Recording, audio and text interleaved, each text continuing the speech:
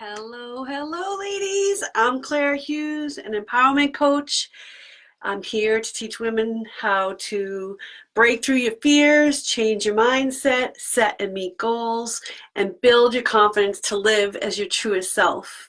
If you've seen me before, say hello in the chats. If you're watching the replay, give me a hashtag replay and let me know who you are and where you're watching from. I'd love to hear. Yesterday, I touched on insecurities and how important it is to work on eliminating them so you can up-level yourself and your life. Today, we're going to talk about fears that we carry around with us and how we can go around and turn them into a positive. This also plays along with our insecurities. So helping break down what fears we have, we can really start to change how you approach life. So our fears become basically a wall in our life that prevent us from climbing to the level that we want to live at. And that's no way to live. We have to learn how to change those fears around to be a positive and break them down so we can bust through them and get to where it is that we want to get to in life. So we've all had experiences in life that generate a feeling or creates a fear, and each time we're in a similar situation to that initial incident, our nervous system starts to react and the fears are triggered and we start to get panicky and anxious. So there's a system that's called anchoring. Has anybody heard of this technique before? Leave a message, I'd love to know. So this technique is pretty well documented technique for overcoming our greatest fears. And there are many things that could trigger a fear. It could be a song that you were listening to when the initial incident happened, a smell, someone's voice, lights. There are so many things that can bring you back to a moment and triggers the fear that we have. So my hope for you today is to have a breakthrough or an aha moment as we work through going from fears to empowered. Your fears make your nervous system feel a certain way.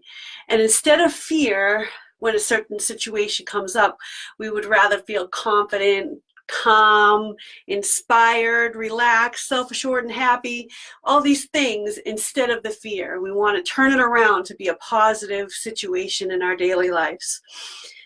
For example, say you're driving a car, you're listening to your favorite song, and you all of a sudden you get pulled over by a police car, and he gives you a hard time about your light being out. Now, every time that song comes on, you start to feel nervous. When you see a police car, your palms start to sweat. You hear a voice that sounds familiar or sounds similar to the police officers, and you start to get worried about things. All these fears start getting set off because of that certain situation. So you keep going back and reliving it. And that's something that we need to change. We need to change the way we start feeling in certain situations. A simple anchor exercise to do when you're feeling the fear or anxiety, pulling you back into that moment, is going to help make a big difference. It's very simple. You can do it all the time. People may not notice, but it really will help you kind of snap out of the fear that you're feeling. So first thing you want to do is think about what fears we have and what's really holding us back and getting in the way of the way we want to live. Something you avoid causes you to sweat and get nervous about, that one fear that you're just like, nope, not today. This fear might not even make sense to you, but somehow you justify it and you rationalize it and you hold on to it. So, for example, say you need to make new friends, but each time you're invited to a social situation, like a dinner party or, a night out with some friends, some other friends, you come up with every excuse in the book because the last thing you want to do is meet people. You need to, but you've convinced yourself that you're afraid to meet people and you have this fear of judgment looming over you. So it's really important to identify the fears that you have so you can face them overcome them, and you can't fix a problem that you're not acknowledging. So really sit down and think about what it is that's holding you back. Anchoring exposes you to the fears, and it makes you rethink the feelings that you've attached to those fears. And what we really want to do, our goal is to change that fear to one where it's, when you think of the situation, instead of fear like panic or anxiety, it's one of calmness, and you're happy and free and confident. We want to recall a time from the past when we've really felt this way, and don't just think about that time. See it, feel it, smell it, and be in that moment, reliving. I can't speak. Surprise, surprise. Really be in that moment where you're reliving it, and realize how amazing that moment was. So now we're going to vividly think about your fears. Picture yourself in the situation where your fear would come up, and you feel the fear immediately. So now you need to take action right away, and you can do it. Some people wear a rubber band, they snap their rubber band, or they squeeze a finger or tap their leg a few times. And while you're taking this action, so you're thinking of the fear, and now you're taking an action, but now what you want to do while you're taking the action is think about a positive situation, how you would rather feel, how you would have liked to have felt in that situation. Joy, happiness, calm, relaxed.